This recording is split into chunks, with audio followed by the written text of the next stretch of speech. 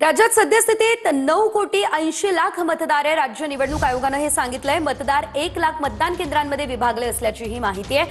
राज्यात 288 मतदार नोंदणी अधिकाऱ्यांची नियुक्ती करण्यात आली असल्याचंही आयोगाचं म्हणणं आहे। 288 अधिकारी उपविभागीय अधिकारी दर्जाचे आहे। नावांची नोंद, सुधारणा, वगळणी ही अधिकाऱ्यांच्या अधिकार क्षेत्रातली कामं। महत्वाची बातमी, स्थानिक स्वराज्य संस्था निवडणुकीसाठी आता आमदार नारायण कुचे यांनी मैत्रीपूर्ण लढतीचे संकेत दिले। तर वरून आदेश आल्यास स्थानिक स्वराज्य संस्था निवडणुकीमध्ये युती अथवा लढत झाल्यास मैत्रीपूर्ण लढत होणार असल्याचं कुचेंनी म्हटलेलं आहे। त्यांचाच नाही, माझा बी प्रतिसाद युती झालीच पाहिजे, पण 9-10 वर्ष झाले निवडणुकाने कार्यकर्त्याची इच्छा आहे, मला लढून द्या, मला लढून द्या। पुढे मैत्रीपूर्ण होईल, पुढे महायुतीत होईल। कार्यकर्त्याला बी लढायला जागा नाही भेटली ना।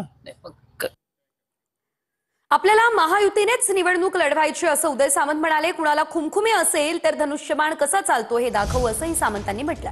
चिपळूणमधल्या बैठकीतून सामंतांचा मित्रपक्षांच्या स्थानिक नेत्यांना हा इशारा पाहायला मिळाला। महाराष्ट्रात जेवढं जास्त कोण बोलत नाही तेवढं तुमच्या तालुक्यात बोलायला लागले। आम्ही सोबळावर लढणार आहोत, आम्ही जिंकलेलोच आहोत, आमच्याकडे ही संस्था आहे, आमच्याकडे ती संस्था आहे, आम्ही 33,000 शेतकऱ्यांपर्यंत पोहोचलेलो आहोत। काही म्हणतात आम्ही शाळांपासून 28,000 लोकांपर्यंत पोहोचलेलो आहोत।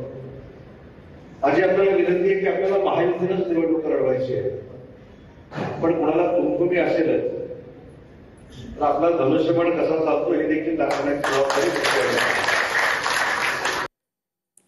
राज्यातल्या 247 नगरपालिका आणि 147 नगरपंचायतींच्या निवडणुका डिसेंबरच्या पहिल्या आठवड्यामध्ये होण्याची दाट शक्यता आहे। नोव्हेंबरच्या पहिल्या आठवड्यामध्ये निवडणुकीची घोषणा केली जाणार आहे।